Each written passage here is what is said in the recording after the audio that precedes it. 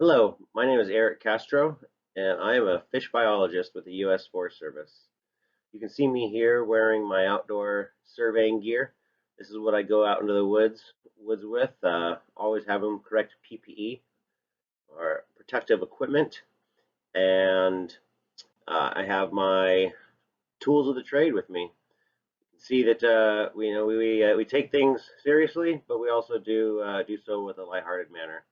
In that right picture, I'm holding up one of the better huckleberry bushes I've ever seen. Huckleberries are a lot like blueberries, except for even sweeter. And in the course of our duties, we oftentimes have to work from home or work from away from home.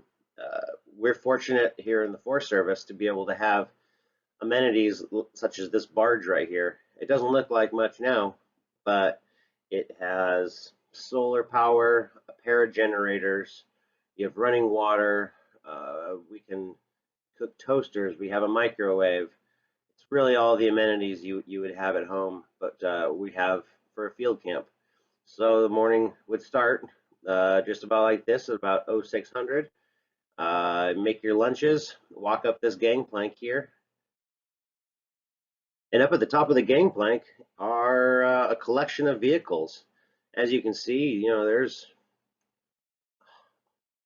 100, $200,000 worth of 3 to 5 year old vehicles that we have for driving around.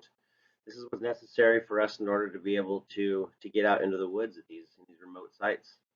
It's interesting. So it takes a flight, an hour and a half flight from Petersburg down to where that barge was sitting. Other folks moving from a different district office will boat in and take about an hour. And then we have about an hour worth of trucking to be able to get to our survey sites. It takes a whole lot of work.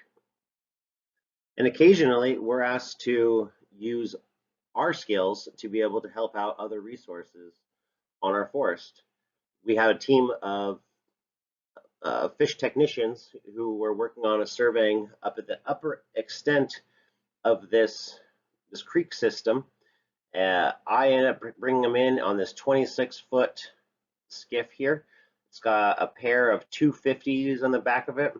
Thing does about 30 miles an hour out in open water. What happened is this is low tide. High tide, this area is just flooded with water. There's maybe a little grass out here that's evident, but this thing is flooded with water. Right now, this skiff is sitting in about 8 inches of water, and at high tide, this channel that it's in is about 6 to 8 feet deep. Right now I have it tied off with 2 spring lines off the bow and then 2 off the stern here, just to be able to hold it in line in the channel so that as the tide floods in and then floods back out, it doesn't drag the skiff anywhere, and I'm held right in alignment. And here I am taking a bit of a selfie with the crew that I brought in on that skiff in the previous slide, looking a little flummoxed. This is John McDonnell. He's an amazing fish biologist who I used to work with. He's now retired for 35 years or so. These are 2 of his technicians, and even with the best of technology, we can still get lost. You can see here we're bringing out into the woods. We have some survey gear to be able to assess gradient of the streams. We have buckets for collecting fish. Back here you can't see it too sharp, but there's 50 traps. Each one of these bags probably weighs anywhere between 40 and 60 pounds. And then we have somebody who carries another bag on the front of their pack with our food and everything into it. It's definitely a challenge. And then the reward. This is my favorite part about minnow trapping and really my whole job in general, is to be able to deal with the organisms themselves. We, as a fish biologist in the Forest Service, the Forest Service is responsible for the land. They're a land management agency. Alaska Department of Fish and Game is responsible for the fish themselves. So we request what's called a concurrence to allow us to be able to sample these fish. You can see how this steelhead trout here is just laying really calmly, we use a solution called aqueous that knocks them out. It anesthetizes them temporarily, and then we can put them back into fresh water, and then within 2 minutes, they'll be alive and kicking again. As you can see here, the steelhead trout has a bright red lateral line and these dark par marks. These, of course, are really great for camouflage to protect from predators. And so one of the key features that steelhead have is this maxilla, which is the lower jaw, comes down to the eye. Cutthroats look very similar, but theirs comes down to behind the eye, so they have a larger mouth. Another key clear indicator that this is not a cutthroat is the lack of a golden or red patch beneath its operculum, also known as a cutthroat.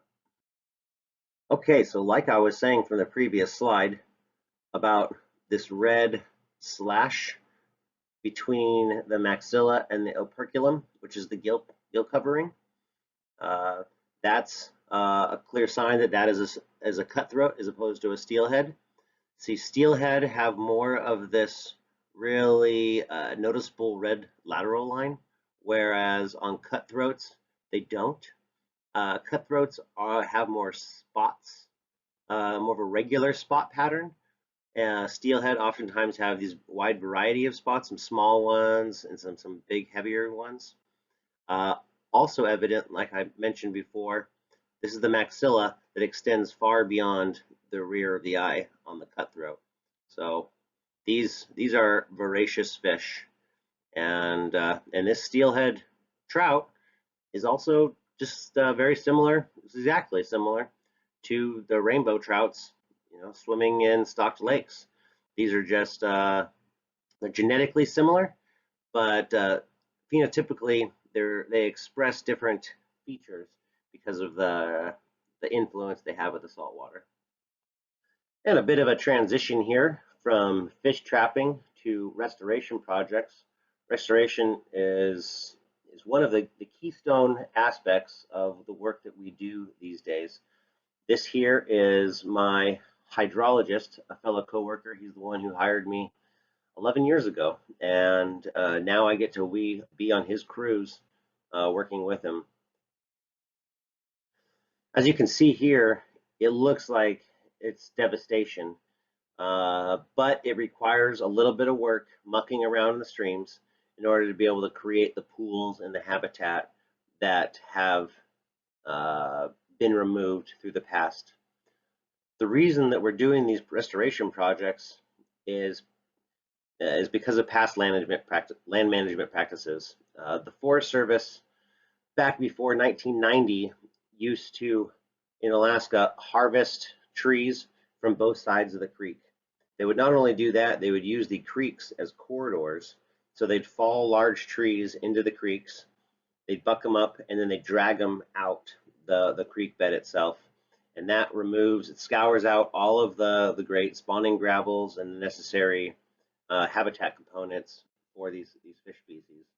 So even though we aren't bringing in and adding to the habitat, we aren't bringing in rock, putting large wood, which is what these trees act as, they hold back all these finer gravels, allowing some finer sediments to settle in that create awesome spawning habitat. So Heath and I also had an opportunity to be able to work with other regional experts. While Heath is our local expert on hydrology of rivers and our local creeks, these other folks came with a combined 25 years of experience using heavy equipment in creeks. It's great to be able to have the resource of a larger agency like the Forest Service to be able to pool experience from various areas so that we all can work together and create the best product possible. You can see here's another view on the right hand side is excavators moving logs around, and then some brave little little dog right there in mid-creek. Not our dog. This is one of the contractors who came to work on the project. And not only did we have excavators as tools to be able to complete a restoration project, we also utilize helicopters. Helicopters are excellent for allowing us to get into more remote areas or areas across creeks that we don't want to cross with excavators. Just a lot less pressure on the ground to be able to fly these logs up right here, up and over into the opposite side of the creeks without having to create trails. This medium lift helicopter here is a capacity of about 10 to 12,000 pounds. It's connected with this 1.5-inch wide Spectra line that has an automatic release that comes down to this little device right here that allows the pilot to be able to unclick from whatever he picked up right here. This is attached to via a choker to some logs or some cable that goes around these logs here, and that's how they get lifted.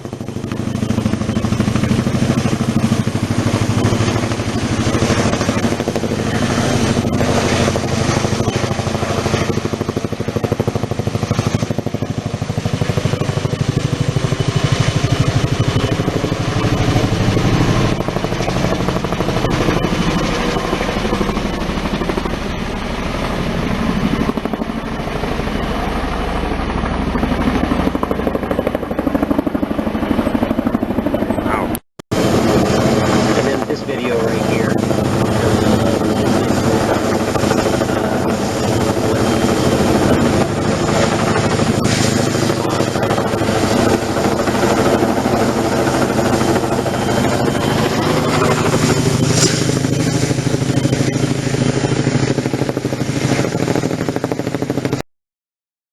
Besides the large restoration project from the previous slides, there are a lot of other activities that occurred on this island.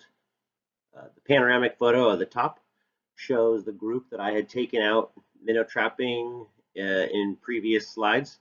Here they are. You can see them. They've set up camp a bit. Some people are out measuring fish.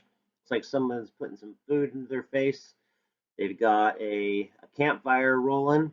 It's nice to be able to, as a morale booster, to be able to have some crackling flames, and the smoke is good for keeping down bugs. This photograph onto the right is myself and Heath were doing some chainsaw thinning in areas alongside some of the creeks where logging had occurred all the way down to the stream banks. And when the trees regrow, they grow up in a dog hair sort of fashion where they're growing so close together that not one tree is able to compete the others and form large trees. So by thinning the trees out, we're allowing to select for the best of them, which will then grow bigger quicker. This right here concludes my presentation of a typical year in the life of a fish biologist with the Forest Service. I look forward to speaking with you folks further and carrying on with this into the future. Take care.